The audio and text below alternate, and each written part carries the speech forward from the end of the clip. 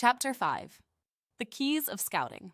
In scouting, success hinges on 2 points: evaluating and projecting. Evaluating talent. This process revolves around understanding the 5 fundamental tools that define a position player. Each player is assessed based on their current talent level, age, and physical development. Scouts must project a player's abilities, envisioning how their skills will develop, ultimately influencing whether a player emerges as a potential draft pick. Get the book to read the whole story at yourdiary247.us. That's your diary247.us. So it kind of sounds like you got to have discipline, right? Self-discipline and stuff, and limit yourself to have a better, bigger, ultimate goal that you're trying to reach. Yes. Yeah, because you're not just like you say, you made it this far, from the inner city or wherever you're from. You made it, but you also you're there, but you're still not there, because there's still another level from wherever you go, A ball, double A, triple A, then to the big league. So you're still at a lower level where you're just a stepping stone. You're just in there in the system where you can also try to conduct yourself in that manner where you want to advance to a higher level. And I mean, how much was the transition was it for you and other guys that you've seen going from high school and college where they used the aluminum bat, and all of a sudden now you got to play 100+ game schedule with a wooden bat when it's not that easy to handle a wooden bat if you ain't used to it. I agree. Okay, so first, for the rookies that come into the minor leagues, they give you, it's called a bomb bat, which is it's not a real wood. It's supposed to be like an unbreakable wood bat, but I've seen one broken a couple times. And it's like a wood composite, somewhere around in that range, where it gives you the feel of a wood bat, but it's not aluminum. And it's really not a wood bat where you swing and, if you hit it the wrong way, you'll feel it as if you're swinging with a wood, but it's not a wood. So it's still different. It kind of gets you acclimated to having a wood bat somewhat. A transition bat, something? No. Yeah, in other sense, a transition bat to transition you over to wood where you're able to handle it and hit it in a sweet spot, know if you get jammed, how it'll break. But a regular wood would break, but the bomb bat wouldn't break. So it's a transition bat to get you acclimated to once you start swinging the real wood. How many guys did you see that came down to the minor leagues with these great expectations and just couldn't handle it and just walked away from the game? Or does that happen? Yeah, it happens. It happens. I recall a couple players, like that's supposed to be like all the, excellent. Oh, he got drafted in the high rounds. He's this and that. But it's mental. It's a mental part of your life, mental game to play. And if you think about it, if you fail 7 out of 10 times, you still could be in the Hall of Fame. And back then I really didn't think of it like that, because I know there were times where I went into a slump and I had to just think, why am I here?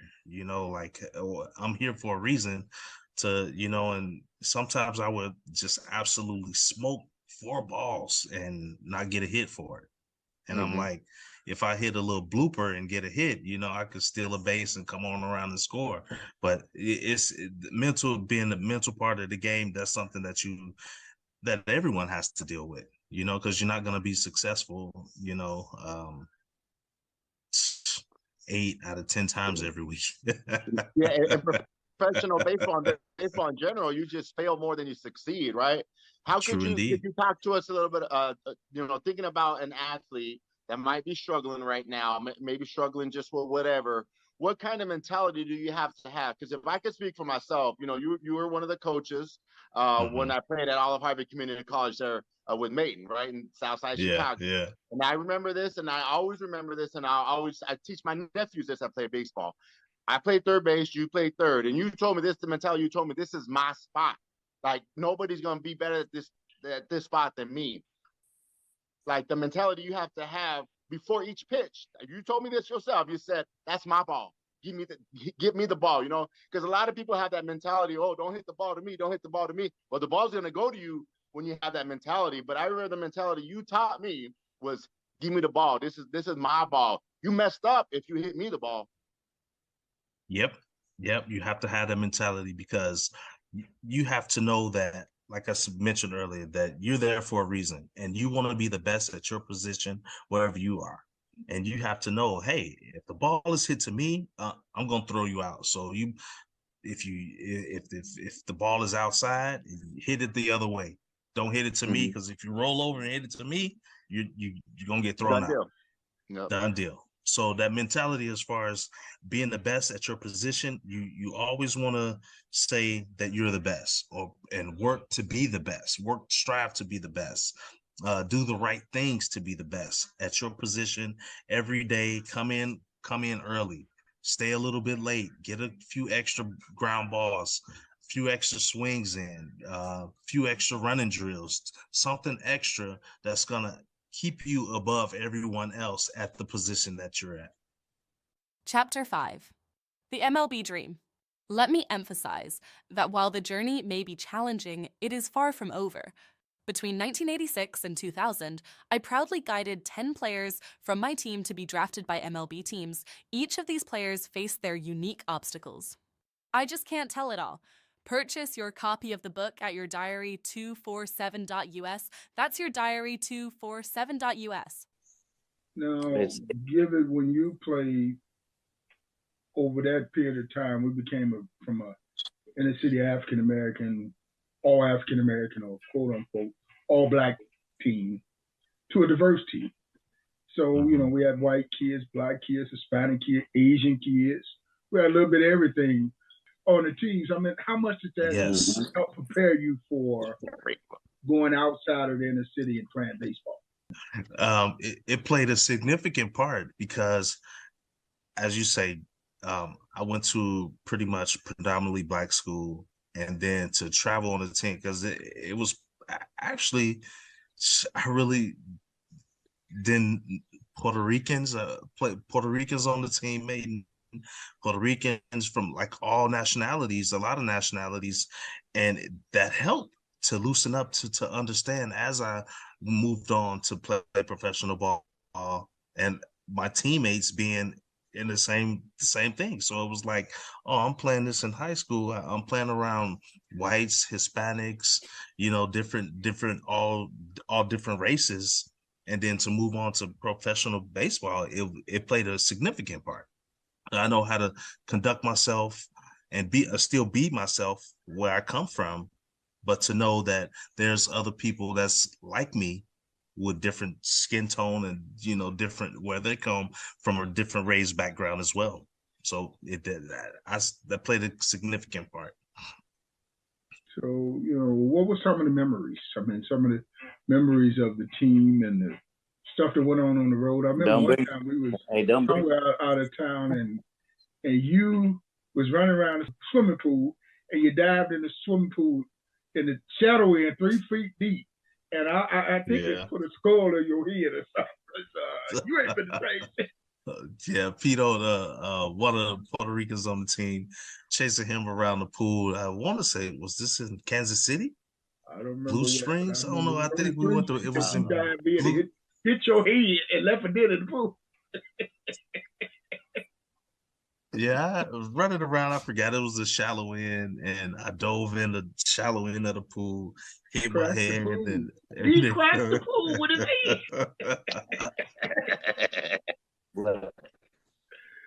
and you know, later I stopped playing it. That we was playing it, tag it, and Look, That's just boys being boys, though, right? When you're on the road, you're on the That's it. road, you know? That's it. You know, Half like out I on the said, road, look. days on the road. only it was a public pool at the park. Only public pool at the park. But man, the bus ride, I always was in the back of the bus. So if we hit a bump, we'd go flying Oh, up in the we'd go flying up in the another air. bump, another bump. But I slept through it. I slept through it a lot. It was a lot of days where I just slept on the bus. That was where I got some sleep because like I said, I traveled I lived on the west side, and I traveled to the south side daily by bus and train. It took me an hour and a half to get to school every day and an hour and a half home on the bus, public transportation. But riding on the bus trips, I just slept. I just slept. It was a lot of laughing and joking, amongst the teammates that I had, and it was a fun experience. It was a fun experience. I wish I had embraced it a little more, to be honest, because like I said, we all grew up. There's a few teammates that I wish I would have interacted with a lot more, so I would have gotten to know them a little bit better. But it's an experience. This something that I should have embraced just a little bit more, as opposed to just being on the team and just going to play baseball. But I loved it though. I loved every minute about it. Once you finally signed that contract, what was the first car that you bought? Because I know you ain't still take the bus and the train after you done went to college and you got to. What was your first car that you bought? Well, you know what, man? Before my grandma passed, she gave me her car. It was an '82 Buick LeSabre. So I held on to that car as long as I could. That's the short body. That's the short body. No, that was a 4-door big body. That's the big body. Yeah, that was the big body. Okay. Yeah, so I held on to that one as long as I could, and then after that, I don't know. I was thinking after I had that one in college, and then after I went to pro ball, I think I took it my first year, and after that, I left it with my dad or something like that. But yeah, that was actually my first car. My grandma gifted me an '82 Buick LeSabre. Hold that down. What was your first meal that you bought? I think I did go to. I drove it down my first year to spring training. You drove that. I did that. Chicago to Florida. From when I got my signing bonus, I didn't buy a car. To be honest, just to let you know, I didn't get a car until later after years of my pro ball years. And you went to college at Kishwaukee Junior College, and then you went to Central State, HBC. Yeah. Kishwaukee Junior College, I did 2 years there. I played, I think my second year played and then made the All-Star team. My second year, All Valley Conference, all conference, whatever conference, Arrowhead Conference, I want to recall. And then after my 2 years of junior college, went to Central State, and it seemed like it was a real short season because we went to Cocoa Beach, Florida. We drove our vans down there for a tournament. We came back up for a season. I want to say I played maybe like a couple weeks of baseball, if I recall. Then they canceled the season for some reason, but I still end up getting drafted. But that one game that we did play where the scout had seen me, I want to say I hit a triple and a double or something that way. It was a off the wall triple or something opposite field, and the scout, his Steve at the time, he came up to me and talked to me, and one day, like I said, I came home and came back to my dorm room, and the voicemail that I was drafted from the Pirates was on my voicemail. I just can't tell it all, but you have to get the book for the rest of the story at Your Diary, 247.us. That's Your Diary, 247.us. Order your copy of the book.